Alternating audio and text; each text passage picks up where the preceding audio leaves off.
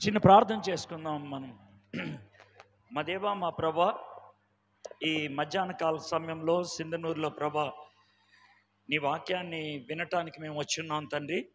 నాయన, నీ దాసుని ఇప్పటిదాకా మరుగుపరుచుకొని మీరు మాట్లాడారు.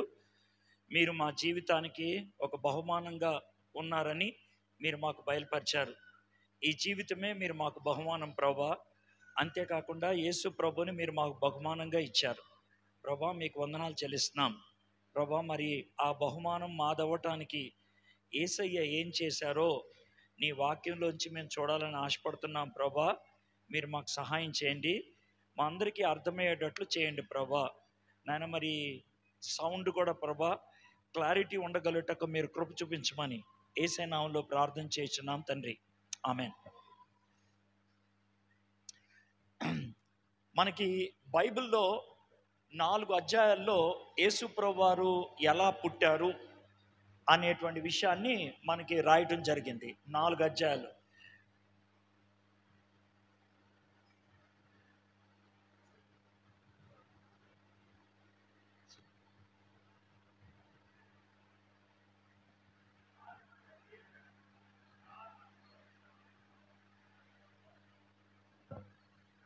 ఓకే,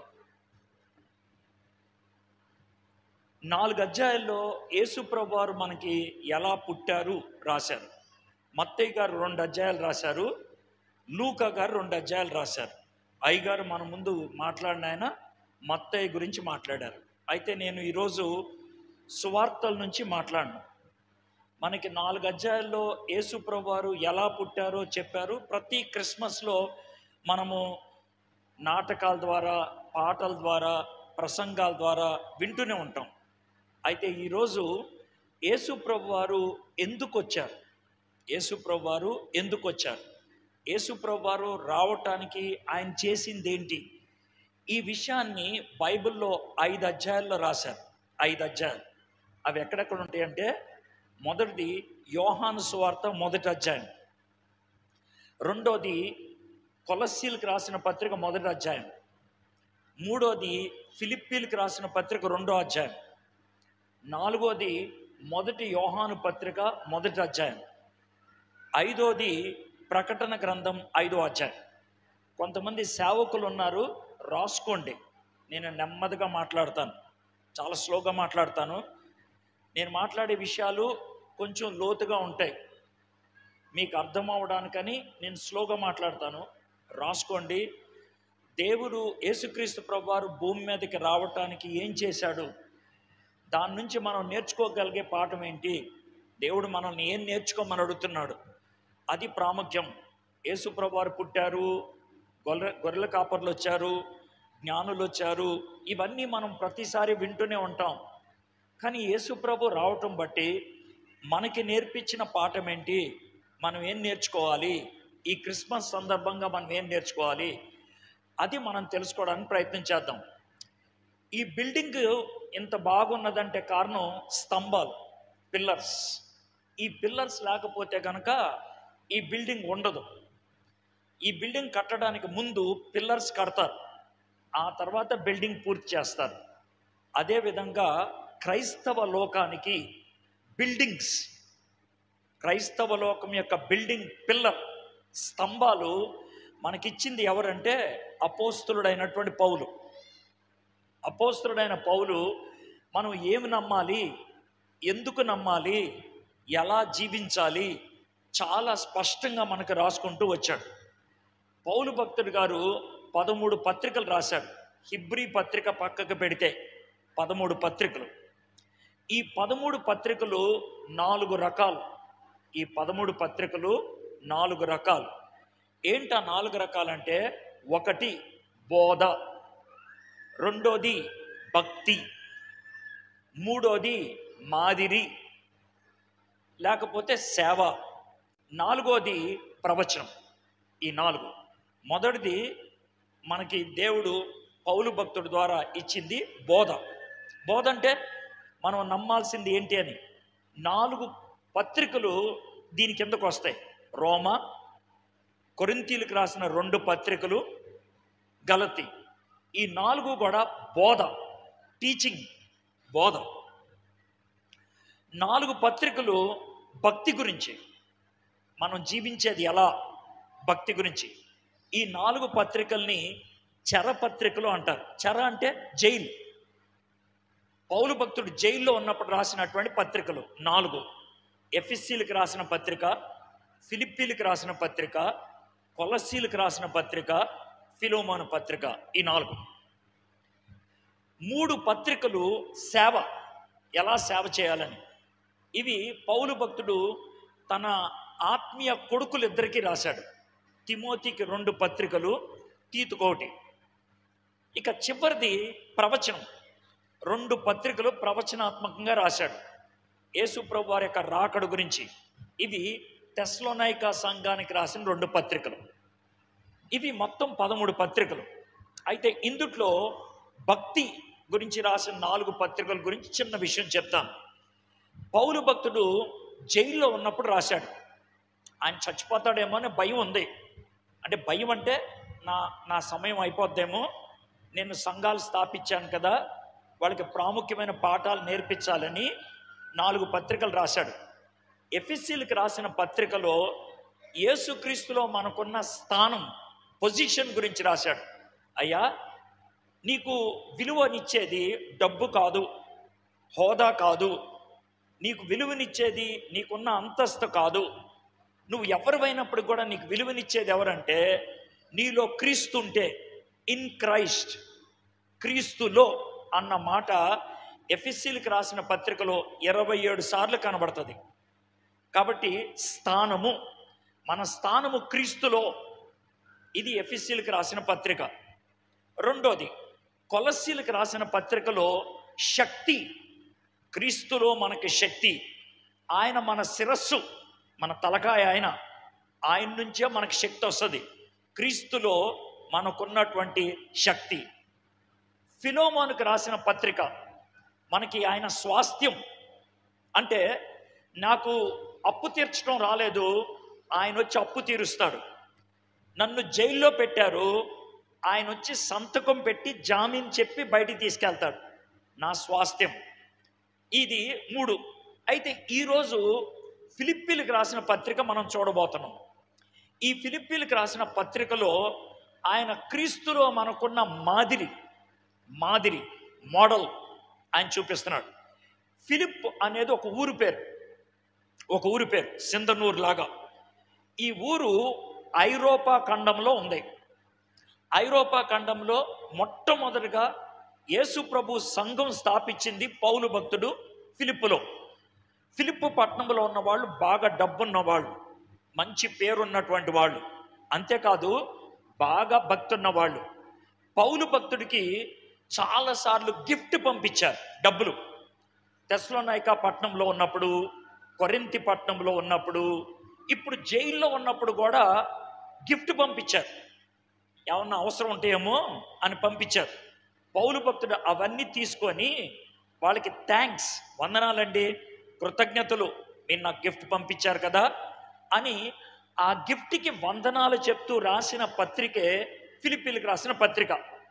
అయితే ఫిలిప్పీలకు రాసిన పత్రికలో మెయిన్గా, ముఖ్యంగా మనకు కనబడేది ఏంటంటే, బయటున్న వీళ్ళు ఎవరు, జైలు బయట ఉన్నటువంటి ఫిలిప్పీ సంఘస్థులు పౌలు విషయంలో కొంచెం తొందరపడుతున్నారు, భయపడతా ఉన్నారు. పౌలు గారు జైల్లో ఉన్నారని. ఒక్క నిమిషం, అది కొంచెం అటు తిప్పేవా, సౌండ్ తగ్గుద్ది,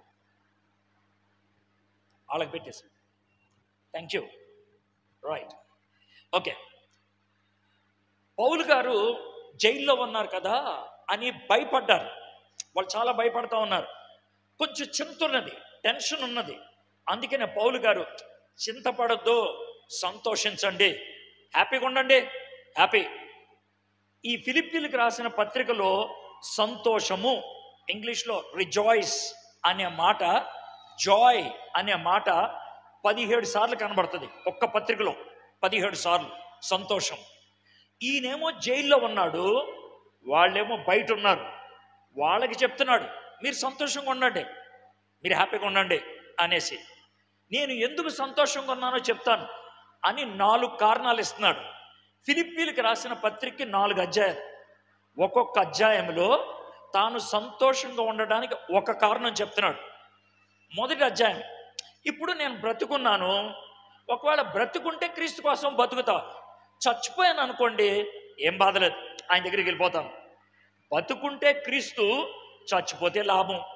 నాకు టెన్షన్ లేదు, నాకు భయం లేదు. మీరెందుకు భయపడుతున్నారు? నేను చచ్చిపోతున్నారని భయపడుతున్నారా? అస్సలు భయపడద్దు. చచ్చిపోతే నాకు మేలు, బతుకుంటే నాకేం బాధ లేదు, క్రీస్తు కొరకు బతుకుంటా. ఇది మొదటి అధ్యాయం. క్రీస్తే నా జీవం, క్రీస్తే నా బతుకు. ఇది మొదటి అధ్యాయం. రెండో అధ్యాయం, క్రీస్తు నా మాదిరి. ఇప్పుడు యేసు ప్రభు ఎలా బతికాడో నేను కూడా అలాగే బతుకుతా. యేసు ప్రభుని కొట్టారు, నన్ను కూడా కొట్టారనుకోండి, హ్యాపీయే. యేసు ప్రభుని రోడ్డు మీద ఈడ్చుకెళ్ళారు, నన్ను కూడా ఈడ్చుకెళ్ళారనుకోండి, హ్యాపీయే. యేసు ప్రభు మొహం మీద తూ అని ఉమ్మూశారు అనుకోండి, నా మీద కూడా ఉమ్మూశారు, హ్యాపీ. ఆయన నా మాదిరి అయినప్పుడు, మా గురువు గారు అయినప్పుడు, ఆయన కంటే గొప్ప జీవితం కావాలని నేను ఎందుకు అనుకుంటా? హ్యాపీ. ఇది రెండోది. మూడోది, యేసుక్రీస్తే నా గురి. మిగిలిందంతా పెంట అనుకుంటున్నాను. ఇప్పటిదాకా సాధించింది, సంపాదించింది అంతా కూడా పెంట అనుకుంటున్నా. గురి వద్దకే పరిగెడుతున్నా. యేసే దగ్గరికి వెళ్ళంగానే కౌగులించుకొని నా నెత్తి మీద కిరీటం పెడతాడు, హ్యాపీ. ఇది మూడో అధ్యాయం. మొదటి అధ్యాయం, క్రీస్తే నా జీవం. రెండో అధ్యాయం, క్రీస్తే నా మాదిరి. మూడో అధ్యాయం, క్రీస్తే నా గురి. ఇక నాలుగో అధ్యాయం, నాకు ఏదైనా చేయాలంటే బలం ఎవరిస్తారు తెలుసా? యేసే. నన్ను బలపరచువాని యందు నేను సమస్తము చేయగలుగుతాను, క్రీస్తే నా బలం. 4 అధ్యాయాలు, 4 విషయాలు. క్రీస్తే నా జీవం, క్రీస్తే నా మాదిరి, క్రీస్తే నా గురి, క్రీస్తే నా బలం. ఇది ఫిలిప్పీలకు రాసిన పత్రిక. ఇప్పుడు దాకా నేనేం చేశాను? పౌలు గారు రాసిన 13 పత్రికల గురించి చెప్పా, వాటిని 4 భాగాలని చెప్పా. దాంట్లో భక్తి చరవత్రాల గురించి 4 ఆటల గురించి చెప్పా. ఆ 4 ఆటల్ని పరిచయం చేశా. ఆ తర్వాత ఫిలిప్పీలకు రాసిన పత్రిక గురించి మీకు చెప్పా, దానికి 4 అధ్యాయాలు. ఈ 4 అధ్యాయాలు మీకు పరిచయం చేశా. ఇప్పుడు దాంట్లో రెండో అధ్యాయం, మీ దగ్గర బైబిల్ ఉంటే ఫిలిప్పీలకు రాసిన పత్రిక 2వ అధ్యాయం 4 వచనాలే మనం ఈరోజు ధ్యానం చేస్తాం. 4 వచనాలు, 5, 6, 7, 8. ఫిలిప్పీలకు రాసిన పత్రిక 2వ అధ్యాయం 5, 6, 7, 8. ఈ 4 వచనాలే మనం ధ్యానం చేస్తాం. చూడండి, ఒక్కొక్క వచనం చదువుతాను, నెమ్మదిగా మీకు వివరిస్తాను, ప్రతి దాన్ని వివరిస్తాను. ఈ 4 వచనాలు మీకు బాగా అర్థమైపోవాలి, అది నా ఉద్దేశం. ఓకే, 5వ వచనం చదువుతున్నాను. క్రీస్తు యేసునకు కలిగిన ఈ మనస్సు మీరును కలిగి ఉండండి. చాలామంది ఏమనుకుంటారంటే క్రీస్తులాగా ఇంకెవ్వరో బతకలేరు అనుకుంటారు. చాలామంది ఏమనుకుంటారంటే యేసు ప్రభు వారు శిలువ మీద చనిపోయాడు, ఆయన గొప్పోడు, కానీ ఆయనకులాగా ఎవ్వరు జీవించలేరు. యేసు ప్రభు ఈ లోకంలోకి 2 పనులు చేయడానికి వచ్చాడు. యేసు ప్రభు వారు ఈ లోకంలోకి 2 పనులు చేయడానికి వచ్చారు. ఒక పని ఈ అయ్యగారు చెప్పారు. ఏంటది? ఆయన మన కోసం చనిపోయి, మన కోసం రక్షణ కార్యం చేసి, మనకి బహుమానంగా అవ్వటానికి వచ్చాడు. ఇదొక పని, అది అయ్యగారు చెప్పారు. రెండో పని కూడా చేయడానికి వచ్చాడు ఆయన. అదేంటి తెలుసా? ఆయన జీవించి చూపించి నాలాగా జీవించండి. ఇప్పుడు చాలామంది గురువులు కూర్చొని అటెల్రా ఇటెల్రా అని చెప్తారు. యేసయ్య అలాంటి గురువు కాదు. ఆయన నడిచెళ్ళి నా వెనకాల రండి అంటాడు, నన్ను వెంబడించండి. అంటే ఏంటి? నేను ఎలా నడిచానో మీరు అలా నడవండి, నేను ఎలా మాట్లాడానో మీరు అలా మాట్లాడండి, నేను ఎలా బ్రతికానో అలా బ్రతకండి, నన్ను పోలి నడుచుకోండి. యేసయ్య మనకి మాదిరి కదా. పౌలు భక్తుడు ఇక్కడ అదే మాట చెప్తున్నాడు. ఏమని చెప్తున్నాడు? క్రీస్తు యేసుకు కలిగిన ఈ మనస్సు మీరును కలిగి ఉండండి. ఈయన ఏమన్నాడు తెలుసా? యేసు ప్రభువులాగా గడ్డాలు పెంచడం, యేసు ప్రభువులాగా బట్టలు వేసుకోవటం, యేసు ప్రభువులాగా ఏళ్ళు ఇలా పెట్టడం కాదు. ఆయన ఏమంటాడంటే బయట గురించి మాట్లాడట్లా. యేసయ్యకి ఎలాంటి మనస్సు ఉందో ఆ మనస్సు మీకు ఉండాలి. అవునా? ఎవరికైనా వచ్చే ప్రశ్నలు 2. సార్, యేసయ్య మనసు ఎవరికి తెలుసు సార్?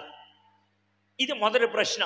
రెండోది, అబ్బో యేసయ్య లాంటి మనసు మనకు కూడా వస్తుందా?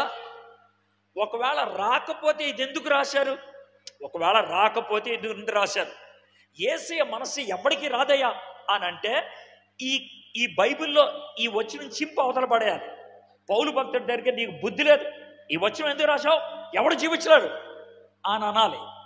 పైగా పౌలు భక్తుడు ఏమంటాడంటే, నేను క్రీస్తుని పోలి నడిచా, మీరు నన్ను వెంబడించండి అంటే యేసయ్య నడిచాడు, యేసయ్యలాగా నేను కూడా నడిచా, నన్ను కూడా చూడండి, మీరు కూడా రండి. కాబట్టి మనం నడవటం సాధ్యమే, జాగ్రత్తమేనండి, నడవటం సాధ్యమే. కానీ ఒక్క మాట చెప్తున్నాం, యేసు ప్రభువులాగా బ్రతకటం, యేసు ప్రభు లాంటి మనస్సు కలిగి ఉండటం చాలా కష్టం, చాలా కష్టం, చాలా కష్టం. మళ్ళీ చెప్తున్నాను, చాలా సవాల్తో కూడింది. అలా జీవిస్తేనే అక్కడికి వెళ్ళిన తర్వాత దేవుడు కిరీటాన్ని ఇస్తాడు. అంటే మీకు రక్షణ లేదని నేను అంటలా. పరలోకంలో 2 రకాల వాళ్ళు ఉంటారు. ఒక రకం వాళ్ళు పరలోకంలోకి అలా ఎంటర్ అవుతారు. కానీ కొంతమంది ఉంటారు పరలోకంలో కిరీటాలు ఉంటాయి వాళ్ళకి. పరలోకంలో కిరీటాలు ఎవరికి ఉంటాయో తెలుసా? యేసు ప్రభు వారు చెప్పినట్లు జీవిస్తే. పౌలు భక్తుడు ఆ కిరీటం కోసం, ఆ ప్రైజ్ కోసం నేను పరిగెడుతున్నా అని అన్నాడు. అయ్యగారు గిఫ్ట్ గురించి మాట్లాడారు. గిఫ్ట్ మనకి ఉచితంగా ఇస్తారు.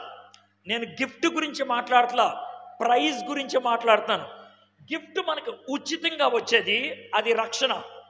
కానీ ప్రైజ్, బహుమతి ఉన్నదే కష్టపడితే వచ్చేది, సాధిస్తే వచ్చేది, దేవుడు చెప్పింది చేస్తే వచ్చేది. ఇప్పుడు మీకు అర్థమైంది కదా, పరుగు పందెంలో బరిలోకి రావటం అనేది రక్షణ, పరిగెడటం అనేది పవిత్రత.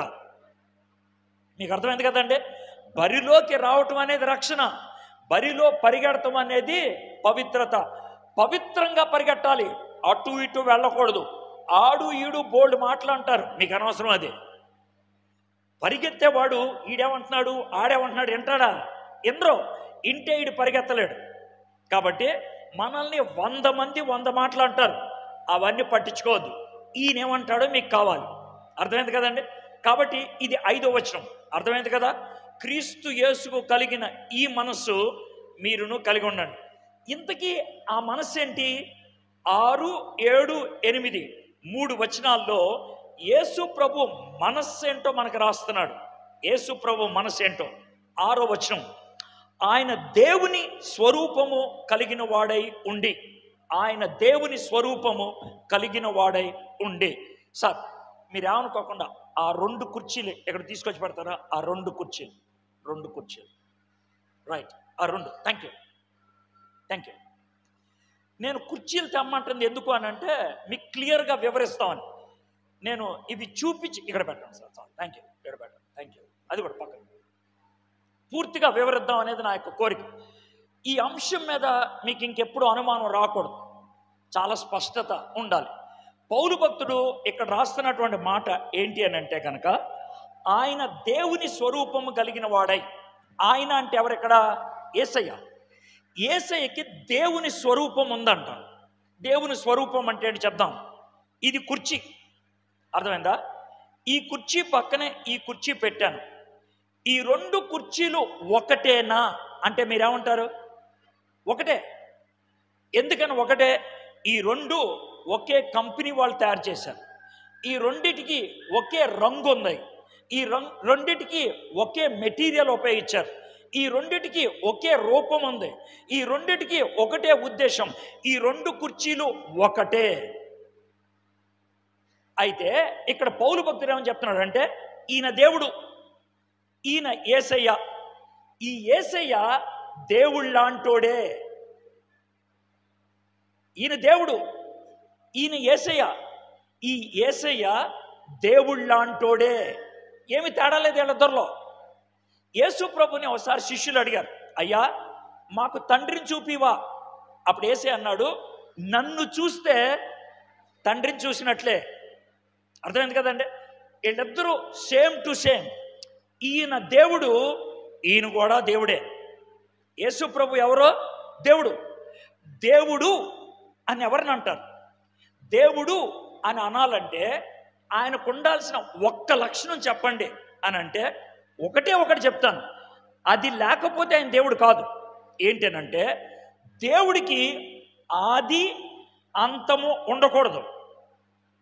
దేవుడికి ఆది అంటే దేవుడిని ఎవడో తయారు చేయకూడదు. దేవుడికి అంతం ఉండకూడదు. ఆది అంతము లేనివాడు దేవుడు. దేవుడు తండ్రి దేవుడు, ఆది అంతము లేదు. మరి యేసయ్యకి కూడా ఆది అంతము లేదు.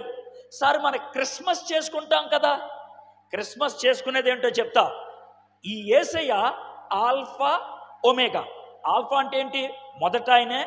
ఒమేగా అంటే ఏంటి? అంతము ఆయనే. ఆది అంతము ఆయనే. నిత్యుడు, ఎల్లకాలం ప్రభువుగా ఉండేవాడు యేసయ్య దేవుడు. ఈ యేసయ్య గురించి యోహాను సువార్త 1వ అధ్యాయంలో ఈ మాట ఉంటుంది. ఆది యందు వాక్యం ఉండెను, వాక్యము దేవుని యొద్ద ఉండెను, వాక్యము దేవుడై ఉండెను. వాక్యము అంటే ఏంటి? ఇది మనకున్నటువంటి ప్రశ్న. అయ్యగారు మిమ్మల్ని ప్రశ్న అడుగుతా, కూర్చోండి. మిమ్మల్ని ప్రశ్న అడుగుతా, మీరు నాకు జవాబు చెప్పండి అంతే. అయ్యగారు మీ పేరేంటి? ఆండ్రూస్. అయ్యగారు మీరు పొద్దున్న నాష్టా చేశారా? చేశాను సార్. Very good. ఆండ్రూస్ గారిని 2 ప్రశ్నలు అడిగా. అయ్యగారు మీ పేరేంటని. నా పేరు ఆండ్రూస్ అన్నాడు. రెండోది పొద్దున్న నాష్టా చేశారా అని. చేశానండి అన్నారు.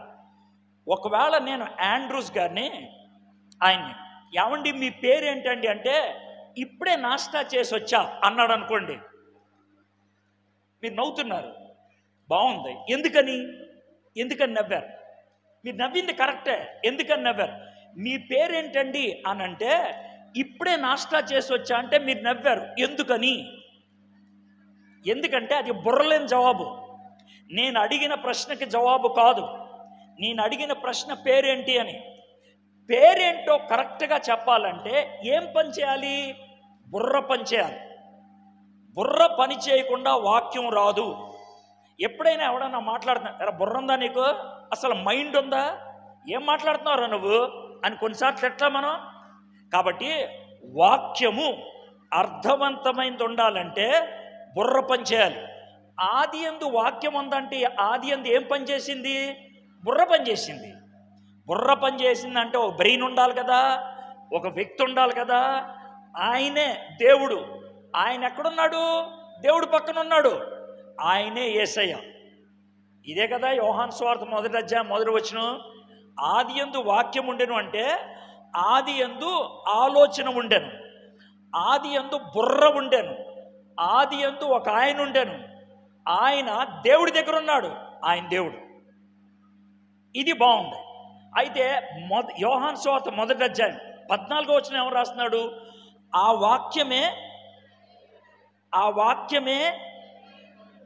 వాక్యమే వీడికి ఏదో పెచ్చెక్కినట్టుంది, 3 సార్లు చెప్పేస్తున్నాడు అనుకుంటున్నారు. అయితే నేను కావాలని చెప్పేస్తున్నా.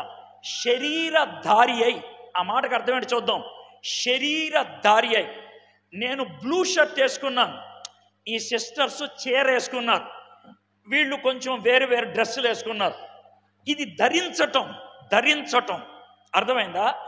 యేసయ్య దేవుడు. జాగ్రత్త వినండి. యేసయ్య దేవుడు. ఆయన ఏం ధరించుకొని వచ్చాడంట? శరీరాన్ని ధరించుకున్నాడు. లోనేముంది? దేవుడు. బయట ఏముంది? ఇప్పుడు మీకు అర్థమైంది కదండి. శరీరాన్ని ధరించుకొని వచ్చాడు. ఇప్పుడు శరీరాన్ని బట్టి మనం మాట్లాడతాం. నల్ల శరీరం అంటే ఆ నల్లోడని, తెల్ల శరీరం అంటే తెల్లోడని. మనం వేసుకున్న బట్టల బట్టి కూడా మాట్లాడతారు. ఇప్పుడు ఈ అయ్యగారు ఉన్నారు, ఒకసారి నుంచోండి సార్. ఈ అయ్యగారు ఒకసారి ప్లీజ్ సార్. ఈ అయ్యగారు ఉన్నారు, మీ ఇద్దరం పక్క నుంచున్నాం అనుకోండి, ఈయన పెద్ద అయ్యగారు అంటారు, నన్ను పనోడు అంటారు. ఎందుకంటే అయ్యగారు కోట్ ఉంది, మనకి మామూలు షర్ట్ ఉంది. కూర్చోండి. పైన ఏముంటే దాన్ని బట్టి ప్రజలు చెప్తారు కదా. యేసయ్య ఏం చేశాడంట?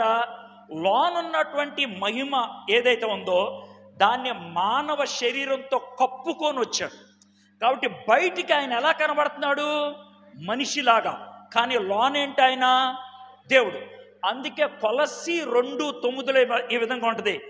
దైవత్వం యొక్క సర్వ సంపూర్ణత ఆయనలో ఇమిడి ఉన్నాయి. దైవత్వం లోనందే, 100కి 100 పాళ్ళు దేవుడు. కానీ బయటికి ఎలా కనబడుతున్నాడు? ఆయన మనిషిలాగా. అంటే ఆయన మనిషి కాదా సార్? ఆయన డ్రామా వేశాడా? ఇది మనకొచ్చే ప్రశ్న. ఆయన మనిషే, మనిషే, 100% మనిషే. మనిషి అంటానికి ఒక రుజువు ఇవ్వండి. దేవుడు అంటానికి ఒక రుజువు ఇచ్చారు కదా, ఆది అంతము లేనివాడని. మనిషి అంటానికి ఒక రుజువు ఇవ్వండి. మనిషికి ఉన్నది దేవుడికి లేనిది ఏంటో చెప్తా. మనిషికి శోధన ఉంటుంది. మనిషికి ఏముంటుంది? దేవుడికి, యేసు ప్రభుకి శోధన ఉందా? ఉంది. యేసు ప్రభు శోధన ఉంది. అన్ని విషయాల్లో శోధింపబడ్డాడు. యేసు ప్రభు అన్ని విషయాల్లో శోధింపబడ్డాడు కాబట్టి ఆయన దగ్గరికి వెళ్ళి చెప్పుకోవడానికి ఉంటుంది. ఎలాగో చెప్తాను. పిప్పి పన్ను ఉందనుకోండి, మీకు పిప్పి పన్ను, నొప్పితో బాధపడుతున్నారు. ఎవడైనా వచ్చాడనుకో, అరే పిప్పి పన్ను నొప్పి వస్తుంది అన్నాడు అన్నాం అనుకో, నొప్పి ఎక్కువ అవుద్ది. ఎందుకని? వాడికి అర్థం కాలేదు కాబట్టి. అదే టైంలో ఎవరినో వచ్చా, అవునా నాకు 2 ఉన్నాయి అంటే నీకు ఎంత ధైర్యం వస్తుందో. అంటే పిప్పి పన్ను అర్థం చేసుకునేవాడు ఒకడున్నాడు. యేసు ప్రభు అలాంటోడు. నువ్వు ఏ సమస్య చెప్పినా అవునా అది నాకు కూడా ఉంది అంటాడు. ఇప్పుడు కొన్ని చెప్తాను. 1, యేసయ్యా మా ఇంట్లో వాళ్ళే మోసం చేశారు, మా ఇంట్లో వాళ్ళే, మా కుటుంబ సభ్యులే మోసం చేశారు, మా ఫ్యామిలీ మెంబరే, మా ఫ్రెండే మోసం చేశాడు. ఎంత బాధగా ఉందో తెలుసా? అవునా నాకు కూడా అదే జరిగింది. 3.5 సంవత్సరాలు పెంచి పోషించా ఇస్కరియోతు యోధ, ఆడే నాకు ముద్దు పెట్టి అమ్మేశాడు నన్ను. నాకు తెలుసా బాధ ఎలా ఉంటుందో. 2, యేసయ్యా నేను మంచి పని చేస్తున్నా, ఎవరికో సువార్త చెప్తున్నా, మా వాళ్ళే, వీడికి అమ్మాయికి సంబంధం ఏంటి, వీడెందుకు దాని దగ్గరికి వెళ్తున్నాడు, వీడెందుకు అక్కడికి వెళ్ళాడు అని నన్ను అనుమానిస్తున్నారు. అవునా నాకు కూడా అదే జరిగింది. ఎప్పుడు యేసయ్యా నేను సమరయ స్త్రీతో మాట్లాడుతుంటే మా శిష్యులు వీడి అమ్మాయితో ఎందుకు మాట్లాడుతున్నాడు అని అన్నారు. కాబట్టి నాకు కూడా జరిగింది అలాగే. యేసయ్యా మరి నేను ఊర్లో లేనప్పుడు, అప్పుడు దాకా ఉన్నా, ఊర్లో లేనప్పుడు మా మామ చచ్చిపోయాడు. నాకు మా మామ అంటే చాలా ఇష్టం. ఎంత బాధో తెలుసా? అవునా నాకు కూడా అలాగే జరిగింది. నాకు లాజర్ అంటే బాగా ఇష్టం. పక్కూరు వెళ్ళిపోయాడు వీడు. నాకు ఏడుపు వచ్చింది. కాబట్టి నాకు తెలుసా బాధ ఎలా ఉంటుందో. యేసయ్యా నేను తప్పు చేయలా, కానీ ఏలెత్తి ఈడే ఈడే ఈడే అంటే ఎంత బాధగా ఉందో తెలుసా? అవునా నా పరిస్థితి కూడా అంతే. పిలాతు పక్కన నుంచుంటే ప్రతి వాడు వచ్చి ఏలెత్తు చూపించేవాడే, కానీ ఏది రుజువు అవ్వలేదు. నాకు తెలుసు ఆ బాధ ఎలా ఉంటుందో. యేసయ్యా మా అమ్మ గుర్తొస్తుంది యేసయ్యా, చాలా దూరంగా ఉంటుంది మా అమ్మ. అవునా నాకు తెలుసు. సిలువ మీద చచ్చిపోతున్నప్పుడు మా అమ్మను చూస్తే నాకు బెంగేసింది, రేపు నుంచి మా అమ్మ బతికేంటని. అయ్యా జాను కొంచెం అమ్మని చూసుకోరా అని చెప్పి చచ్చిపోవాల్సి వచ్చింది. యేసయ్యా ఎప్పుడే నేను ఆకలేసిందా? ఎంత ఆకలేసిందంటే రాళ్ళు తినేయాలనిపించింది నాకు. అంత ఆకలేసింది. ఎప్పుడైనా దాహం వేసిందా? ఏం దాహం, నాలిక పైన అతుక్కుపోయింది సిలువ మీద ఉన్నప్పుడు, అంత దాహం వేసింది. నీకు ఎప్పుడైనా టెన్షన్ పుట్టుకొచ్చిందా? బాగా టెన్షన్ పుట్టుకొచ్చింది. రేపు సిలువ మీద చచ్చిపోవాలంటే రాత్రి చెమట రక్తంగా బయటకు వచ్చేసింది, అంత బీపీ పెరిగిపోయింది. అమ్మో నీకు మొత్తం అన్నీ తెలుసు మా గురించి. అన్నీ తెలుసురా నాయన, నాకు అన్నీ తెలుసు. నువ్వు చెప్పితే చాలు నాకు అర్థమవుతుంది. నేను మనిషిని, నేను మనిషిని, నేను మనిషిని కాబట్టి నిన్ను అర్థం చేసుకుంటా. నేను దేవుణ్ణి కాబట్టి నిన్ను రక్షిస్తా. క్లారిటీ వచ్చిందా? నేను మనిషిని కాబట్టి నిన్ను అర్థం చేసుకుంటా. నేను దేవుణ్ణి కాబట్టి నేను రక్షిస్తా. పైనుంచి వచ్చాను నేను దేవుడి నుంచి. నేను పశువుల పాకలో పుట్టాను, మనిషిని. ఈ 2 నాకున్నాయి కాబట్టి నువ్వేమి అనుమానించక్కర్లేదు. సరే, పౌలు భక్తుడు యేసు ప్రభు వారి గురించి చెప్తున్నటువంటి మాటే చూద్దాం. 6వ వచనం. ఆయన దేవుని స్వరూపం కలిగిన వాడై ఉండి దేవునితో సమానముగా ఉండుట విడిచిపెట్టకూడని భాగ్యమని ఎంచుకొనలేదు. కానీ జాగ్రత్తమనం, ఇలాంటి కుర్చీలు కింద ఉన్నాయా? ఇలాంటి కుర్చీలు కింద ఉన్నాయి సార్, ప్లీజ్ చెప్పండి సార్. ఇలాంటి కుర్చీల మీద కూర్చున్న వాళ్ళు చెప్పండి. సేమ్ కుర్చీయే కదా? ఏమండి ఒకవేళ అయ్యగారు మీరు వస్తాయి, మీరు వస్తారు. ఇక్కడ కూర్చోండి సార్, ఇక్కడ కూర్చోండి. ఏం పేరు మీది? విజయరత్నం గారు. కూర్చోండి సార్. విజయరత్నం గారు ఇదే కుర్చీ మీద బాగా కూర్చోండి సార్. విజయరత్నం గారు ఇదే కుర్చీ మీద కూర్చున్నాడు, స్టేజ్ మీద కూర్చున్నాడు. ఎంతమంది జనం ఉన్నారు. ఒకవేళ విజయరత్నం గారు అడగలు కూర్చోండి సార్. ఆ మాట అంటే మీకు ఎలాంటి ఫీలింగ్ ఉంటుందో ఒకసారి చెప్పండి సార్. చాలా ఫీలింగ్ అవుతుంది. Very good. ఎందుకని సార్? సేమ్ కుర్చీయేగా సార్. ఆ కుర్చీ ఈ కుర్చీ ఒకటే కదా సార్. సార్ ఆ కుర్చీ ఈ కుర్చీ ఒకటే, అవునా కదా సార్? ఇప్పుడు ఈ కుర్చీ మీద నుంచి ఆ కుర్చీ మీద కూర్చోమన్నా ఈయన చాలా మంచిగా మాట్లాడాడు సార్. నేను ఫీల్ అవుతాను సార్ అన్నాడు. నచ్చింది ఆ మాట. అక్కడి నుంచి ఇక్కడ రమ్మంటే వేరే ఫీలింగ్. కుర్చీ అదే, ఎక్కడి నుంచి అక్కడికి వెళ్ళమంటే ఫీలింగ్ వేరే, కుర్చీ అదే. ఇప్పుడు మీకు అర్థమైంది కదా సార్? Thank you sir. అయితే జాగ్రత్త వినండి. యేసు ప్రభు వారు తండ్రి పక్కన కూర్చునేవాడు కుర్చీలో. యేసు ప్రభు వారు తండ్రి పక్కన కూర్చునేవాడు. ఆయన్ని ఎవ్వరూ వెళ్ళమని చెప్పలా. నేను వెళ్ళి కింద కూర్చుంటా అన్నాడు. ఎందుకయ్యా అని అంటే, అయ్యా నీ పక్కనే ఉంటే పని అవ్వదు, కిందకి వెళ్తే కానీ పని అవ్వదు, నేను తగ్గించుకుంటే కానీ పని అవ్వదు, కిందకి దిగకపోతే పని అవ్వదు. దిగాడు ఆయన దిగాడు కిందకి, పైనుంచి కిందకి దిగాడు ఆయన. కానీ ఈరోజు సేవకులు దిగమంటే దిగరు. మీకు అర్థమైంది కదా సార్? సేవకులు దిగరు. సేవకులు కనబడితే కనుక సేవకులకి వేరుగా కుర్చీలు వేశారా, సేవకులు కొంచెం మెత్తగా ఉన్న కుర్చీ వేశారా. నేను వెనకాల కూర్చున్నా, ముందుకొచ్చి కూర్చుంటే ప్లాస్టిక్ కుర్చీలో కూర్చుంటే ఆ అయ్యగారు సార్ దీని మీద కూర్చోండి సార్, దీని మీద కూర్చొని ఎంత బతిమిలాడాడో. దీని మీద కూర్చుంటే ఏమైంది, దాని మీద కూర్చుంటే ఏమైంది? మీరు స్పీకరు, మీ కుర్చీ వేరుగుండాలా, మీకు సెటప్ వేరుగుండాలా, అది మీకు అర్థమైందా సార్? అదే అర్థమైందా? కానీ యేసయ్య మనసు అది కాదు. నాకు సీటు కావాలా, నాకు హోదా కావాలా, నాకు చప్పట్లు కావాలా, నన్ను అందరూ చూడాలా, నాకు జై కొట్టాలా అని రాలా. సావడానికి వచ్చాడు ఆయన సావడానికి వచ్చాడు. నీకు అర్థమవుతుందా? చచ్చిపోవడానికి వచ్చాడు ఆయన. దిగాడు ఆయన, కిందకి దిగాడు.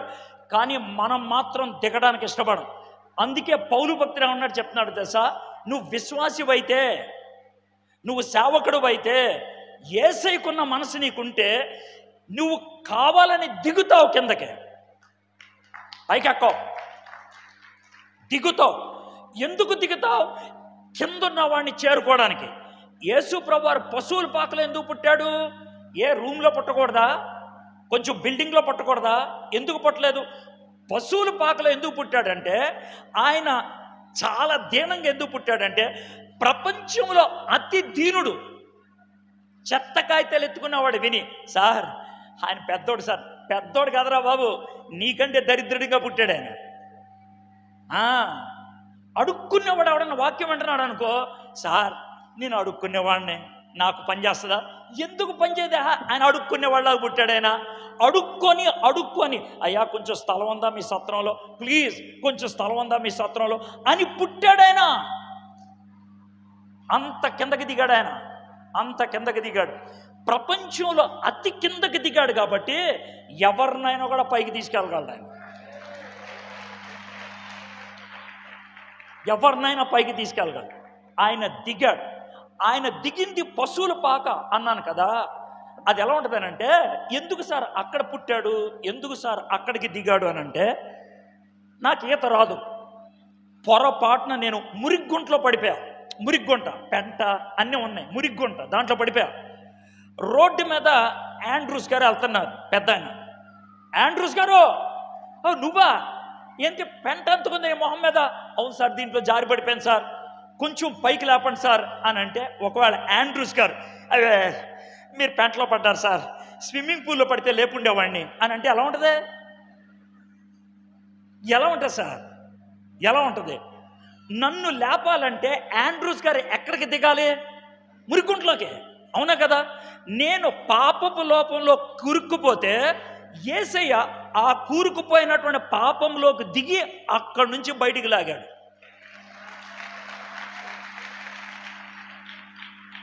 ఆయన గట్టు మీద ఉండి కబుర్లాడలా, ఆయన తాడేసి లాగల, ఆయన గట్టు మీద ఉండి దాదా అని చెప్పలా, ఆయన దిగి అక్కడి నుంచి తీసుకొని వచ్చాడు. ఆయన అక్కడి నుంచి. మీకు ఒక చిన్న విషయం చెప్తాను. 2 ఏళ్ల బాబు వాళ్ళ అమ్మ పనిచేస్తూ ఆయన అక్కడ వదిలేసింది. వాడు ఆడుకుంటూ ఉన్నాడు, 1కి పోసాడు. ఆ 1కి పోసి నేలల్లో, ఆడికి తెలియదుగా, నీళ్ళకి వచ్చకి తేడా తెలియదు కదా, దాంతో ఇలా టపటపా కొడతా ఉన్నాడు. కొద్దిసేపటికి ఆడికి కక్క కూడా వచ్చింది. దాన్ని పట్టుకొని పిసుకుతున్నాడు. తెలియదు కదా వాడికి. ఎవడు చూసినా అలాంటి పొజిషన్లో అని అంటాడు. తండ్రి కూడా అడి చూడు అని అంటారు. కానీ ప్రపంచంలో ఒకే ఒక వ్యక్తి, వాడు పెంట పిసుకుతుంటే నాన్న బంగారం అని లేపి ఆడిని ముద్దు పెట్టి కడగగలగదు. అయితే ఏ తల్లైనా చేత్తో పెంట పిసికితే నీళ్లు మీద పోస్తుందా? పొయ్యదు, కడుగుద్ది. అంటే వాళ్ళ అమ్మ చేతికి ఏమంటుకుంటుంది? చెప్పండి, ఏమంటుకుంటుంది?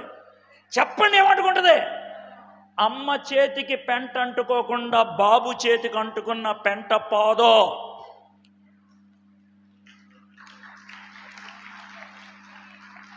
యేసయ్య అందుకే అంత దీనస్థితికి వచ్చాడు. నీకు అంటుకున్న దాన్ని పోగొడతానికి, నీకున్న దాన్ని తీసేయడానికి ఆ స్థాయికి వచ్చాడు ఆయన. నేను కిందకి దిగా. యేసు ప్రభు దిగాడు, మనం కూడా దిగాలి. చెప్తున్నాడు, క్రీస్తు యేసు కలిగిన ఈ మనసు మీరును కలిగి ఉండడి, ఆయన దేవుని స్వరూపం కలిగిన వాడండి, దేవునితో సమానముగా ఉండుట విడిచిపెట్టకూడని భాగ్యమని ఎంచుకోనలేని. కానీ ఇప్పుడు చూడండి, మనుష్యులు పోలికగా పుట్టి, మనుష్యులు, ఆయన దేవుడు, మనం మనిషి. మనిషికి దేవుడికి తేడా ఏంటి? మనిషికి ఆరంభం ఉంటుంది, అంతం ఉంటుంది. దేవుడికి ఆది అంతము లేదు. కానీ నేను దేవుణ్ణి కుదించుకున్నాను, మనిషిలాగా వచ్చాను. ఇంకో 2వ పాయింట్, మనిషిని పోలికగా పుట్టి దాసుని స్వరూపం ధరించి. దాసుడు అనే మాట మీకు అర్థం అవుతుందో లేదా, కానీ బానిస అంటే మీకు అర్థమవుతుంది. బానిస. మనం మేకలు కొనుక్కోవాలంటే బజార్ వెళ్తాం, కోళ్ళు కొనుక్కోవాలంటే బజార్ వెళ్తాం, ఆవును కొనుక్కోవాలంటే బజార్ వెళ్తాం. అప్పట్లో ఒక పనోడిని కొనుక్కోవాలంటే బజార్ వెళ్తారు, బజార్లో పనోడిని పెడతారు. అయితే ఒక్క మాట, ఆవులు కానీ మేకలు కానీ గొర్రెలు కానీ బట్టలేసి అమ్ముతారా? బట్టలేసి అమ్మరు, బట్టలన్నీ ఇప్పేసే ఉంటాయి. ఒకవేళ ఏ గొర్రెకైనా దుప్పటి చుట్టారనుకోండి, కొనుక్కునేవాడు చేసే పని అంటే దుప్పటి తీసేసి చూస్తాడు. ఎందుకని దానికి జబ్బులు గిబ్బులు ఏమన్నా ఉన్నాయేమో. ఆడవాళ్ళు, మగవాళ్ళు కూడా కొంతమంది వంకాయ కొనడానికి వెళ్తారు. వంకాయ కొనకముందు ఏం చేస్తారు? పుచ్చుందా లేదో చూస్తారు. పుచ్చుంటే కొనరు. అదేవిధంగా బానిసను కొనేటప్పుడు బట్టలన్నీ ఇప్పేసి ఉంటాడు. ఏముండవు వాడికి ఒంటి మీద బట్టలు, ఇలా నుంచి ఉంటాడు. నాకు కొనుక్కోవాలనిపించింది అనుకో, వాడి దగ్గరికి వచ్చి ఇడు బాగున్నాడు, నోరు తెరు, ఇడికి పుచ్చిపల్లేవు, ఒకసారి ఇడి చూపించు, బాగానే ఉంది, హలో వినపడుతుందా? ఇడికి వినపడుతుంది. అరే కాలు ఒకసారి ఇలా ఎత్తు, ఇలా చెయ్యి పెట్టు, ఇలా పెట్టు, అక్కడ దాకా నడిచేళ్ళు, ఇడు పనికి వస్తాడు మనకి. వాణ్ణి దాసుడు అంటారు. పనోడు, డబ్బులిచ్చి కొనుక్కున్నా. ఇప్పుడు పిల్లలకి పుస్తకాలు ఇచ్చారనుకోండి, కొత్తగా పిల్లలకి పుస్తకాలు ఇచ్చారు. పుస్తకాలు ఇవ్వంగానే ఫస్ట్ చేసే పని ఏంటి? పేరు రాసుకుంటారు. ఎందుకని? కలిసిపోతామని. పనోడిని కొనుక్కు తెచ్చుకోగానే, బానిసను కొనుక్కు తెచ్చుకోగానే ఇంటి గుమ్మం ఉంటుంది కదా, గుమ్మం దగ్గర చెవు పెట్టి దాని దగ్గర గట్టిగా బాణంతో పొడిస్తే ఇక్కడ రంధ్రం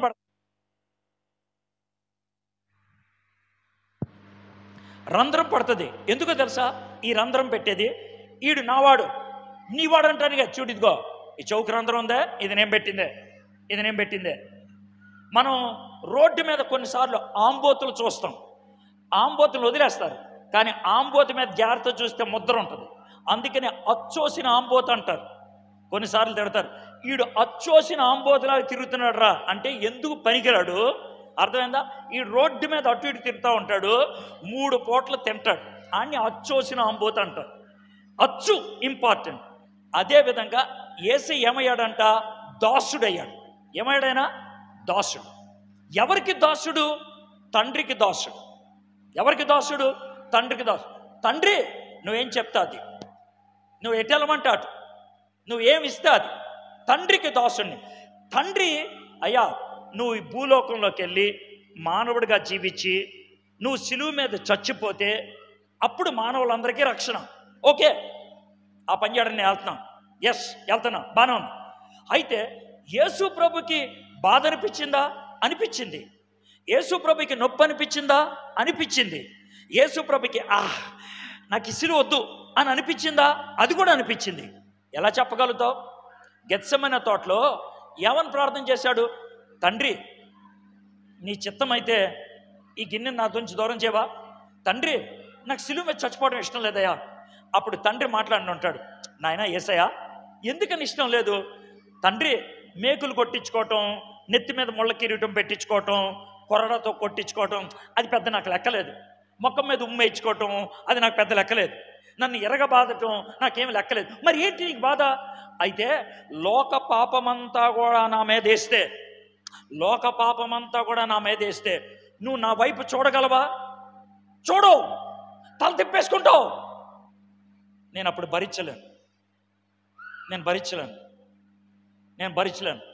అప్పుడు తండ్రి యేసుతో ఏమని మాట్లాడిన ఉంటాడంటే, నాయనా నువ్వు భరించలేవనే విషయం నాకు తెలుసు, కానీ నువ్వేమనుకుంటున్నావు? నాకేదో ఇది సరదా అనుకుంటున్నావు. ఒక చిన్న మాట, మరి అబ్రహాము ఇస్సాకుని బలి ఇవ్వడానికి వెళ్ళాడే, ఇస్సాకు ఆ చితిమంటల మీద పడుకున్నాడే, అబ్రహాం కత్తి పైకి ఎత్తాడే, ఆ టైంలో ఎవరెక్కువ బాధపడుతున్నారు? ఇస్సాకా అబ్రహామా? నువ్వు సిలువ మీద చచ్చిపోతుంటే నీ బాధ శారీరకమైంది, నా బాధ మానసికమైంది. నీకంటే ఎక్కువ నేను బాధపడ్డా. నిన్ను ఒడిచిపెడతానంటే నాకు సరదా అనుకున్నావా? ఇదంతా కూడా తగ్గించుకోవటం. ఏ స్థాయికి కావాలంటే ఆ స్థాయికి దిగాడు ఆయన, తగ్గించుకున్నాడు ఆయన. మనుష్యులు పోలికగా పుట్టి తగ్గించుకున్నాడు ఆయన, తగ్గించుకోవటం అన్నదానికి ఒక విషయం చెప్తాను నేను. ఈ మధ్యన నేను రామచంద్రాపురం వెళ్ళాను వాక్యం బోధించడానికి. ఈ రామచంద్రాపురం వెళ్ళక ముందు రామచంద్రాపురం గురించి చాలాసార్లు బైబిల్ కాలేజీలో విన్నాం. అందుకనే నాకు తెలిసిన ఒక పెద్ద ఆయనతో, ఏమంటే రామచంద్రాపురంలో బాగా పరిచయం చేసిన ఆయన ఎవరు అని అడిగా. అంటే ఆయన ఏమన్నాడంటే జాన్ డేవిస్ అని ఆయన పరిచయం చేశాడు. 1890 నుంచి 1904 మధ్యలో 14 ఏళ్ళు పరిచయం చేశాడు. ఆయన అన్నాడు, సార్ ఆయన చరిత్ర ఏమైనా ఉందా అని అడిగా. ఉందే అని పంపించాడు ఆయన. పుస్తకం నా దగ్గరికి చేరింది 9:15కి, రాత్రి నా దగ్గరికి చేరింది 9:15కి. 9:30కి నేను అన్నం తిన్నా. ఇది మొన్న నవంబర్ 21వ తారీఖున 9:15కి నేను అన్నం తిన్నా. 9:45కి అన్నీ సర్దుకొని కూర్చొని చదువుకోవడం మొదలుపెట్టి ఆ పుస్తకం 300 పేజీలు. ఆ పుస్తకం ఆకుండా చదివా. ఎప్పుడు దాకా? 3:20 అయింది. నా భార్య వచ్చి 4 గంటలకు ఎయిర్పోర్ట్కి వెళ్ళాలి, ఇంకా 40 నిమిషాలే ఉంది, బట్టలు సర్దుకోలేదు, లెగు అని అంటే, ఇదిగో 2 పేజీలు ఉన్నాయి అని గబగబా చదివి స్నానం చేసి బట్టలు గబగబా సర్దుకొని 4 గంటలకు ఎయిర్పోర్ట్కి వెళ్ళిపోయా. 300 పేజీలు ఉచ్చపోసుకోవడానికి కూడా లెగల. ఆయన చరిత్ర అలాంటిది, ఆయన జీవితం అలాంటిది.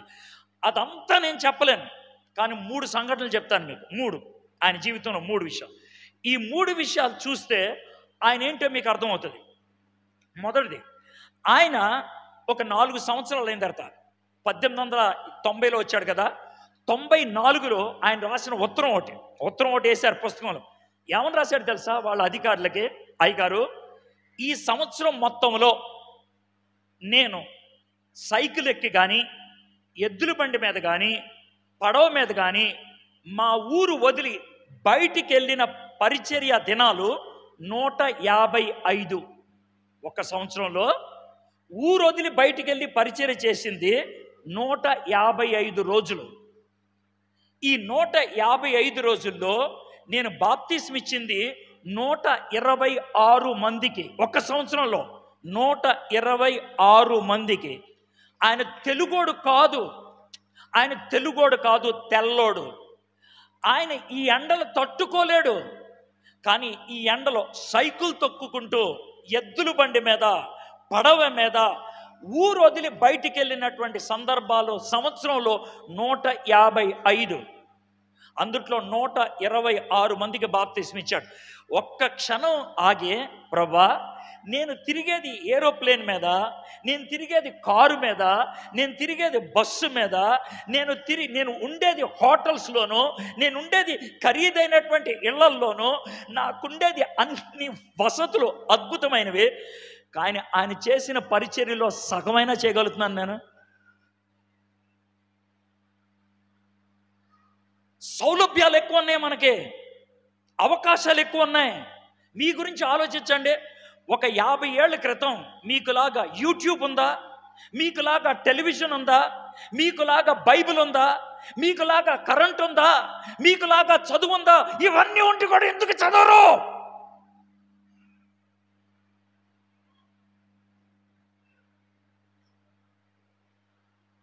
వాళ్ళకి లేవు, కానీ వాళ్ళు సాహసించారు. మీకు అన్నీ ఉన్నాయి, కానీ ఒకటే ఎక్కువ ఉంది, మీకు కొవ్వు.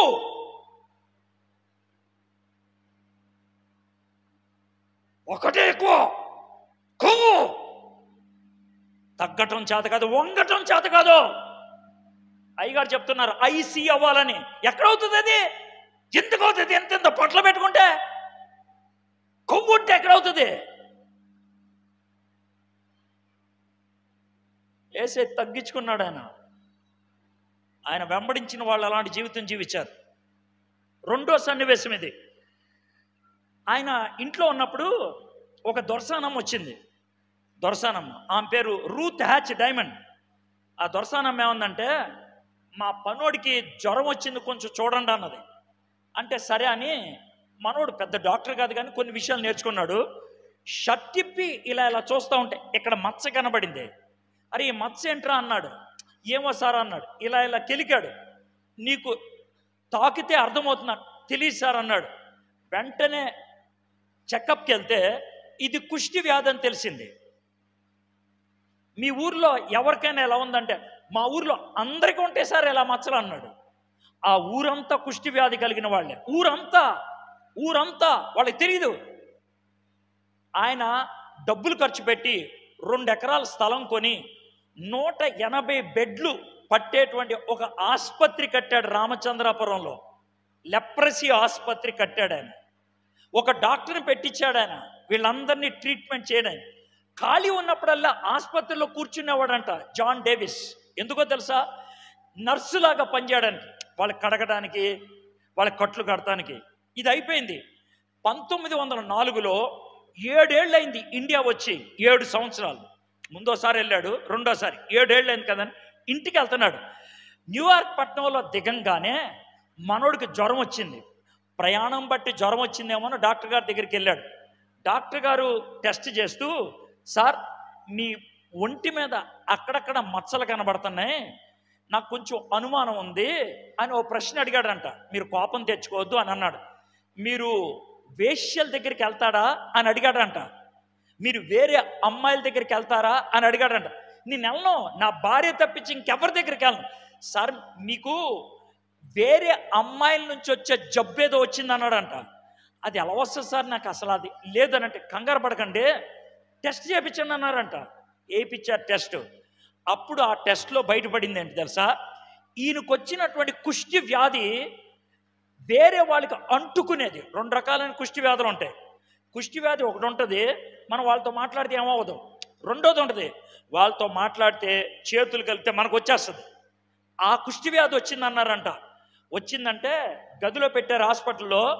భార్యను రమ్మని దూరంగా కుర్చీ వేయించి, అమ్మ ఇది నా పరిస్థితి, ఇదే నా చివరి చూపు, నువ్వు నన్ను చాలా ప్రేమించావు, నా కోసం ఎంతో త్యాగం చేశావు, నీకు చాలా వందనాలు, నువ్వు నా మీద ప్రేమ ఉంటే, నీకు నా మీద కనికరం ఉంటే ఇంకెప్పుడు నన్ను చూడటానికి రావద్దు, నువ్వు పిల్లల్ని చూసుకో, మన పిల్లల్ని నువ్వే చూసుకోవాలి అని అంటే ఆవిడ ఎక్కెక్కి ఏడుస్తూ ఏమన్నా తెలుసా, మనం పెళ్ళైనప్పుడు చేసిన వాగ్దానాలు ఏంటి తెలుసా, కష్టంలోనైనా సుఖంలోనైనా నిన్ను వదిలిపెట్టకూడదని.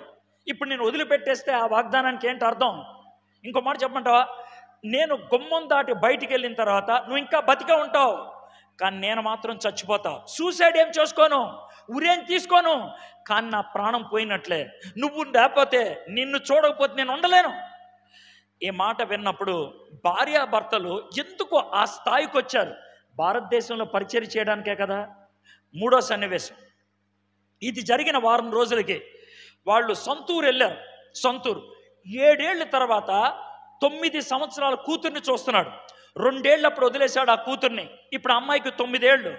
11 ఏళ్ల బాబుని చూస్తున్నాడు, 13 ఏళ్ల బాబుని చూస్తున్నాడు. ముగ్గురు పిల్లలు పరిగెత్తుకుంటా పప్పా పప్పా అని వస్తే భార్యని అడ్డు తెప్పి పిల్లల్ని ఆపేయి అని తలకాయ తిప్పుకున్నాడంట. వాళ్ళు కౌగులించుకుంటే, వాళ్ళు ముద్దు పెడితే నా కుష్టి వ్యాధి వాళ్ళకి అంతుకుంటుందని నువ్వు పిల్లలతో చెప్పని ఏడుస్తూ అన్నమాట ఏంటి తెలుసా, నా బిడ్డల్ని చచ్చిపోయేదాకా ఎప్పుడు ముద్దు పెట్టలేదు నేను అన్నాడు ఆయన. ఆ మాట విన్నప్పుడు నాకు దుఃఖం వచ్చింది. నా పిల్లలకి నేను ముద్దు పెట్టలా, నా పిల్లల్ని నేను కౌగిలించుకోవాలా. కుష్టి వ్యాధి వచ్చింది. ఎందుకు వచ్చింది కుష్టి వ్యాధి? భారతదేశంలో కుష్టి వ్యాధి కలిగిన వాళ్ళకి సేవ చేయాలని తన్ను తాను తగ్గించుకుంటే ఆ కుష్టి వ్యాధి ఈయనకు వచ్చింది. ఇది సేవ, ఇది క్రీస్తు మనస్సు, ఇది క్రీస్తు మనస్సు. ఎవరికుందండి ఇలాంటి మనస్సు? ఎవరికుంది?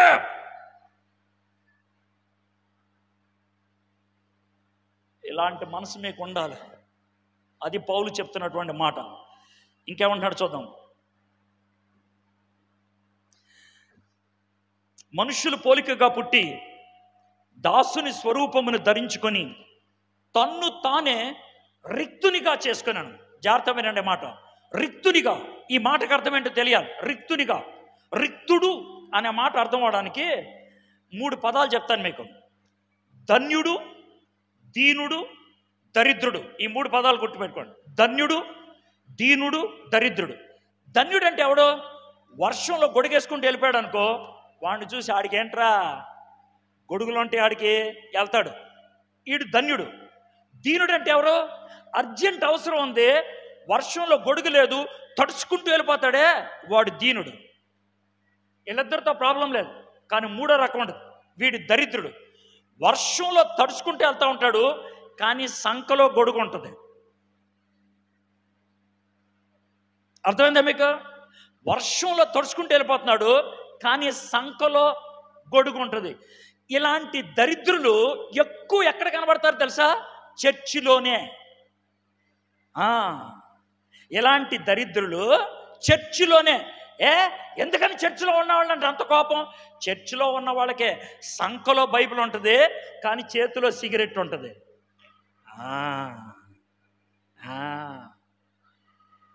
పొద్దున్న 10 గంటల దాకా చర్చి, 11 గంటల నుంచి బిగ్ బాస్, జబర్దస్త్.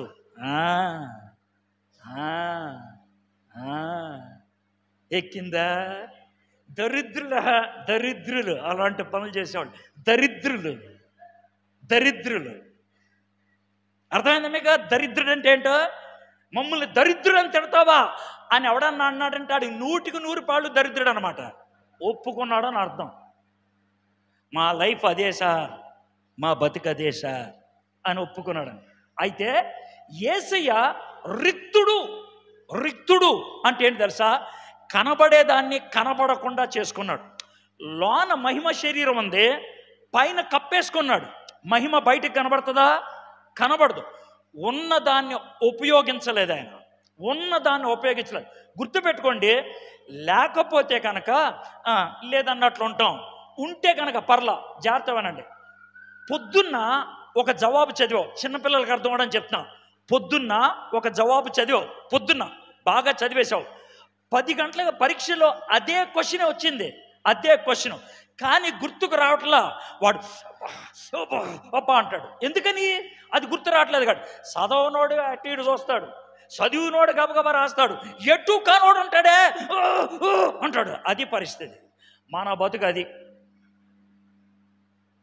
ఉందే బయట రాట్లా, ఉందే బయట రాట్లా, తెలుసు చేయట్లా, వచ్చు కానీ ఉపయోగించట్లా. దరిద్రుడంటే అది దరిద్రుడు. యేసయ్య తనకు అన్నీ ఉండి కూడా వాళ్ళ ఒక ఎగ్జాంపుల్ చెప్తాం. గెత్సెమనే తోటలో యేసు ప్రభువుని పట్టుకోవడానికి వచ్చారు. పట్టుకోవడానికి వస్తే పేతురున్నాడే, మనోడు కత్తి తీసి ఒకటి చెవు నరికేశాడు. యేసు ప్రభు పేతుని తిట్టేసి ఆ చెవు తీసి ఆయనకి అతికిచ్చాడు. అతికిచ్చి ఏమన్నాడు తెలుసా? నాయన పేతురు, నేను తండ్రిని అడిగితే 6,000 మంది దూతలను పంపిస్తాడు. 6,000 మంది దూతలు. 6,000 ఎందుకు అన్నాడు అబ్బా యేసయ్య అని అనుకున్నాను నేను. తర్వాత కొద్దిసేపటి కలిగింది. ఒక్క దూత 1,85,000 మందిని చంపగలడంట. ఒక దూత 1,85,000. మీకు ఎవడు చెప్పాడు సార్? యెషయా గ్రంథం 37వ అధ్యాయంలో ఉంది. ఒక్క దూత వెళ్ళి 1,85,000 మందిని చంపేశాడు. 6,000 మంది దూతలు వస్తే ఒక్కొక్కడు 1,85,000 మందిని చంపిస్తే దునియాలో ఎవడు మిగలరు.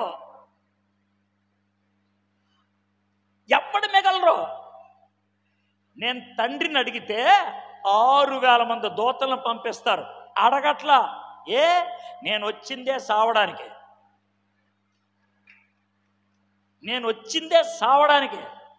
అందుకు అడగట్లా. నేను వచ్చిందే శక్తిని కనపరచడానికి కాదు, రక్షణ అనుగ్రహించటానికి. అందుకు అవేం చేయట్లా. అర్థమైందా? రిక్తుడిగా చేసుకుని అంటే తనకున్న అన్ని కూడా వాడుకోకుండా ఆపేశాడు ఆయన. లేనోడు లేనట్లుంటాడు, ఉన్నోడు ఉన్నట్లుంటాడు. కానీ వచ్చినోడిని ఏమీ చేయకుండా ఉండమంటే ఎంత బాగుంటుంది, ఎంత బాధ ఉంటుంది. ఓ చిన్న ఉదాహరణ. అయ్యగారు ఓ బైబిల్ కాలేజీ ప్రిన్సిపాల్, చాలా కాలంగా వాక్యం చెప్తున్నారు. ఈయన బెంగళూరు నుంచి పిలిచి, అర్థమైందా, ఈయనకి ఒక్క నిమిషం కూడా టైం ఇవ్వకుండా, సార్ చివరిలో ప్రార్థన చేయండి అంటే ఎలా ఉంటుంది? ఎలా ఉంటుంది సార్? ఎలా ఉంటుంది? ఆయనకి ఎలా ఉంటుంది? మీ అందరికి ఎలా ఉంటుంది? యేసయ్య సేమ్ అదే పని చేశాడు. ఆయన పరలోకంలోంచి దిగొచ్చి సైలెంట్గా ఉన్నాడు ఆయన. అది రిక్తునిగా, తన్ను తాను రిక్తునిగా చేసుకున్నాను. తర్వాత ఏమన్నాడు? మరియు ఆయన ఆకారమందు మనుష్యుడిగా కనబడి మరణము పొందినంతగా, అనగా శిలువ మరణము పొందినంతగా విధేయత చూపిన వాడే తన్ను తాను తగ్గించుకున్నాను. శిలువ మరణం అంతగా తగ్గించుకున్నాడు. మనుషులు చంపుతుంటే ఆయన చేయగలిగే ప్రార్థన, తండ్రి ఏంటైనా ఏంటి తండ్రి ఏం లేదు, వీళ్ళు ఏం చేస్తున్నారో తెలియదు కానీ కొంచెం క్షమించవా. ఇది ఆయన చేసిన ప్రార్థన. తండ్రి వీళ్ళ సంగతి చూసుకో అని అనలేడా? అనగలడు, కానీ అనలేదు ఆయన.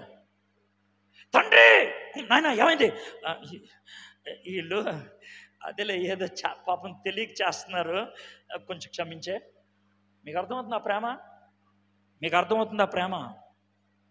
అదండి ఆయన మరణము వరకు విధేయత చూపించాడండి. చచ్చిపోయేదాకా. నేను చచ్చిపోయినా పర్లేదని. నేను 2 ఏళ్ల క్రితం నాయుడుపేట వెళ్ళా. సూళ్ళూరుపేట దాటిన తర్వాత ఉంటుంది నాయుడుపేట, నెల్లూరు జిల్లా. అయితే ఆ నాయుడుపేట ఒక పెద్ద చర్చ్ కాంపౌండ్, లోదర్ చర్చ్ కాంపౌండ్. ఆ కాంపౌండ్లో ఉన్నాను, గెస్ట్ హౌస్లో. కుర్రోళ్ళు 2-3 ఉన్నారు. సడన్గా నాకు గుర్తొచ్చి, అరే ఇక్కడికి ఓ మిషనరీ 150 ఏళ్ల క్రితం వచ్చి ఒక చర్చి కట్టాడని, ఈ ప్రాంతం మొత్తానికి అదే మొదటి చర్చ్ అని నేను చదువుకున్నాను రా. ఉందా అన్న. ఉంది సార్, ఇక్కడే ఉంది, చిన్న సార్ అది చర్చి, చాలా చిన్నది, 50 మంది పడతారు, మేము సండే స్కూల్కి దానికి వాడతాం అన్నాడు. సరే చూద్దాం రా అన్న. వెళ్ళాం, చర్చిలోకి వెళ్ళాం. చిన్న చర్చి, చిన్న స్టేజ్ ఉంది, చర్చ్ ఉంది, ఇలాగో పోడియం ఉంది, అది చెక్కదే. ఈ చెక్క పోడియం దగ్గర నుంచొని, అరే ఫోటో తీరా అని ఒకడికి నా ఫోన్ ఇచ్చా. ఆడు ఫోటో తీసే లోపల ఇలా చూసా, కరెక్ట్గా కింద ఇక్కడ చర్చి మధ్యలో సమాధి ఉంది. ఇదేంట్రా బాబు చర్చి మధ్యలో సమాధి ఉందని దిగొస్తే ఏ మిషనరీ అయితే అది కట్టాడో ఆయన సమాధి మధ్యలో పెట్టుకున్నారు. కింద రాశారు, ఆయన 10 ఊర్లలో పరిచర్య మొదలు పెట్టాడంట. 10 ఊర్లు: తడ, సూళ్ళూరుపేట, నాయుడుపేట, గూడూరు, రాపూరు, వెంకటగిరి, శ్రీకాళహస్తి, తిరుపతి, చిత్తూరు, పొత్తూరు. మొత్తం 10 ఊర్లో గుర్రం మీద వెళ్ళి ఆయన 10 ఊర్లో పరిచర్య మొదలు పెట్టాడు. అప్పట్లో 10 ఊర్లో అబ్బాబ్బా అనుకున్నా. సరే అయిపోయింది. ఆయన గురించి చదివిన తర్వాత ఇలాగే పక్కన ఒక గది ఉంది. ఇప్పుడు గది ఉంది, అలాగే ఆ గదికి వెళ్ళి తలుపు తీసి లోనకి వెళ్తే ఓ పెద్ద టేబుల్ అవతల ఒక కుర్చీ, అవతల ఒక 2 కుర్చీలు. ఈ 2 కుర్చీల్లో ఒక కుర్చీ మీద కూర్చున్నాను. నేను అలా కూర్చున్నాను లేదో, పాస్టర్ గారు వచ్చి ఎదురు కూర్చున్నారు. పాస్టర్ గారు థ్యాంక్ యూ సార్ వచ్చారని. ఎలా చూసా, 2 సమాధులు ఉన్నాయి ఆఫీసులో, చిన్న చిన్న సమాధులు. నాకేం అర్థం కాక ఇలా బుర్రగొక్కని, సార్ ఏంటి సార్ అన్నా. సమాధులు సార్ అన్నాడు. ఏంటి సార్ సమాధుల తోటలో చర్చి కట్టారా? చర్చే సమాధుల తోటి అయిపోయిందా అన్న. అంటే ఆయన, సార్ అలా అనొచ్చు సార్, కొంచెం సీరియస్, అలా అనొచ్చు సార్. ఈ సమాధులు ఏంటో, ఈ సమాధులు ఎవరియో తెలిస్తే మీరు అలా అన్నారు సార్. సారీ సార్ చెప్పండి సార్. ఈ సమాధులు మిషనరీ గారి పిల్లలే.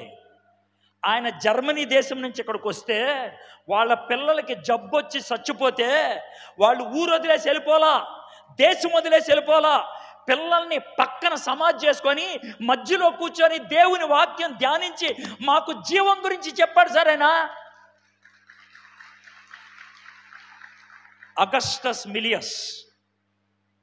పిల్లలు చచ్చిపోయినా వెళ్ళలేదాయన, ప్రాణం పోయినా పట్టించుకోలేదాయన. యేసయ్య జీవం ప్రపంచానికి అందించాలని తాపత్రయపడ్డాడు. క్రీస్తు యేసునకు కలిగిన ఈ మనస్సు మీరు కూడా కలిగి ఉండండి. మీరు కూడా మై ఫ్రెండ్స్, యేసయ్య తగ్గించుకున్నాడు అంటే ఏంటి అర్థమైందా? రిక్తుడు చేసుకున్నాడు అంటే ఏంటో అర్థమైందా? నీకోసం చచ్చిపోవటం అంటే ఏంటో అర్థమైందా?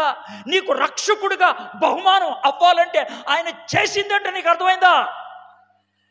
పౌలు భక్తుడు చెప్పి ఆయన చేసి చూపించి వెళ్ళిపోలా, అదే నీ జీవితంలో ఉండాలి అని అన్నాడు. ఒక చిన్న సన్నివేశం చెప్పి నేను ముగిస్తాను, ఇది నా లాస్ట్.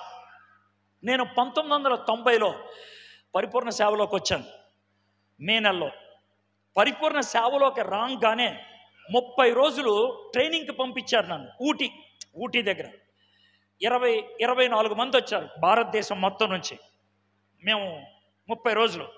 మే 22వ తారీఖు 1990వ సంవత్సరం జరిగిన విషయం. నేను ఇంజనీర్ని, బాగా చదువుకున్నాను. ఆంధ్ర అసెంబ్లీ స్పీకర్ దగ్గర పనిచేసేవాడిని.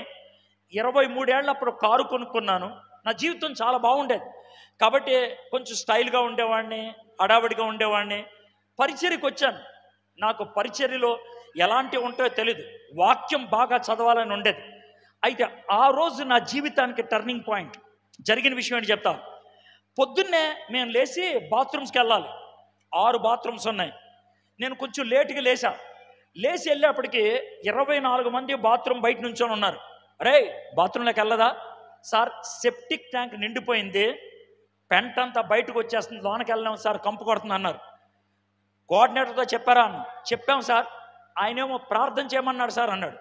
సెప్టిక్ ట్యాంక్ నిండిపోతే ప్రార్థన చేయటం ఏంట్రా పిచ్చకపోతే అని అనుకున్నా. ఈలో కింద నుంచి వెళ్తున్నాడు, సార్ ట్యాంక్ నిండిపోయింది తెలుసు, ప్రార్థన చేయి అని అన్నాడు. ఏంటి సార్ ప్రార్థన చేసేది? ఏమని చేయమంటారు ప్రార్థన అని అంటే మనోడు పైకి వచ్చాడు. ఈ 6 బాత్రూమ్స్ వెనకాల ట్యాంక్ ఉంది. ట్యాంక్ చుట్టూ మమ్మల్ని నుంచోమని చెప్పాడు. ఆడోళ్ళు నైటీల్లో ఉన్నారు, మగోళ్ళు లుంగీలు వేసుకొని ఉన్నారు, నైట్ డ్రెస్ వేసుకొని ఉన్నారు. వాళ్ళు నుంచొని ప్రార్థన చేస్తున్నారు. నేనేమని ప్రార్థన చేశాను తెలుసా? ప్రభా, ఈ పెచ్చోళ్ళు ప్రభా, ట్యాంక్ నిండిపోయిందంటే ప్రార్థన చేయమంటున్నారు ప్రభా, పెచ్చోళ్ళు, వీళ్ళకి ఏం చెప్పాలో అర్థం కావట్లేదు, నువ్వు వెంటనే ఓ పాకోడిని పంపించు ప్రభా, ఒక స్కావెంజర్ని పంపించు ప్రభా అని అడిగితే 1 నిమిషం లోపల ట్యాంక్ తీస్తున్న సౌండ్ వస్తుంది. ట్యాంక్ తీస్తున్న సౌండ్. ఆ ట్యాంక్ తీస్తున్న సౌండ్ వస్తుంటే ఎవరు వచ్చారా?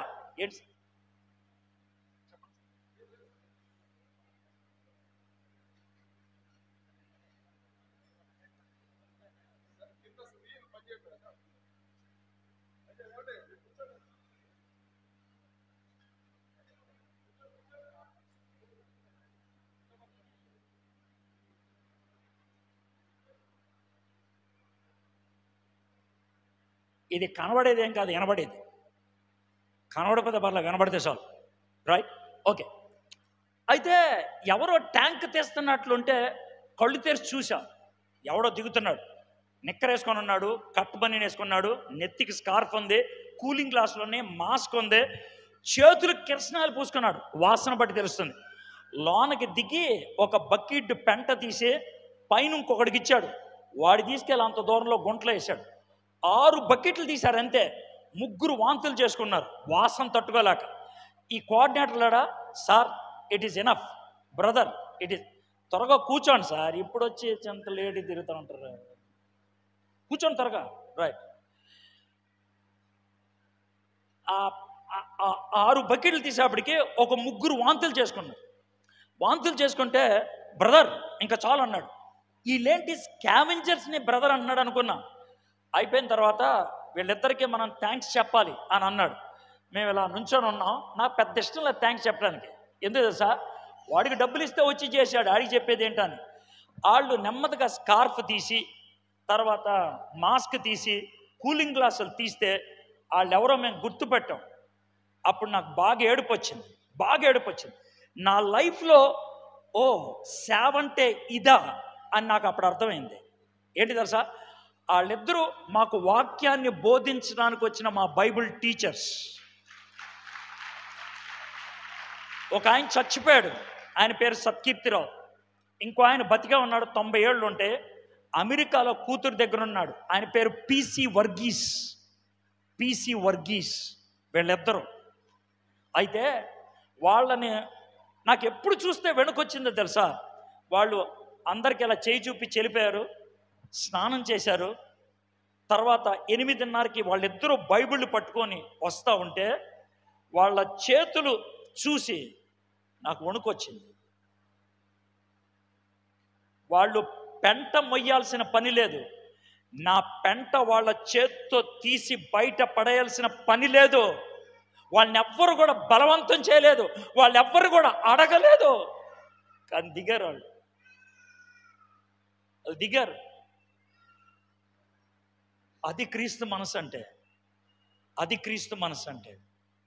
పరుల ఉపయోగం కోసం, పరులను చేరటం కోసం, పరులకు క్రీస్తు ప్రేమను అందించడం కోసం కాస్త శ్రమ పడలేమా, కాస్త ఓర్చుకోలేమా, కాస్త తగ్గించుకోలేమా, కాస్త వద్దనుకోలేమా? ఆలోచించండి. క్రీస్తు యేసు కలిగిన ఈ మనసు మీరు కూడా కలిగి ఉన్నాడు. పౌలు భక్తుడు చెప్తున్నాడు, యేసయ్య వచ్చాడు కానీ రావటానికి ఆయన చేసింది ఇదే, ఆయన చేసి చూపించి వెళ్ళిపోలా, అది నీకు కూడా ఉండాలంటున్నాడు. ఆ మనసు మనకుందా? ఆలోచిద్దాం. తలంచండి, కళ్ళు మూసుకోండి, చిన్న ప్రార్థన చేద్దాం. 1 నిమిషం పాటు మౌనంగా ఉందాం. మనుష్యుల పోలికగా పుట్టి దాసుని స్వరూపము ధరించుకొని తన్ను తాను రిక్తునిగా చేసుకున్నాడు. శిలువ మరణము పొందినంతగా తండ్రికి విధేయత చూపించాడు. ఈ పదాలు మన చెవుల్లో రింగులుగా తిరగాలి. మన ఇరుగు పొరుగు వారికి సువార్తను అందించడానికి మనం కొంచెమైనా వెల చెల్లించడానికి ఇష్టపడుతున్నామా? కొంచెమైనా తగ్గించుకోవడానికి ఇష్టపడుతున్నామా?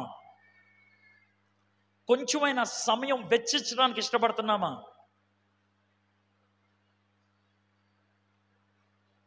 క్రిస్మస్ సందడి చాలామందికి ఇష్టం, కానీ క్రీస్తు మనసు ఎవరికి ఇష్టం లేదు. క్రిస్మస్ కేకులు పంచిపెట్టడం చాలా సులభం, కానీ క్రిస్మస్ సందర్భంగా క్రీస్తును పంచిపెట్టడమే చాలా కష్టం.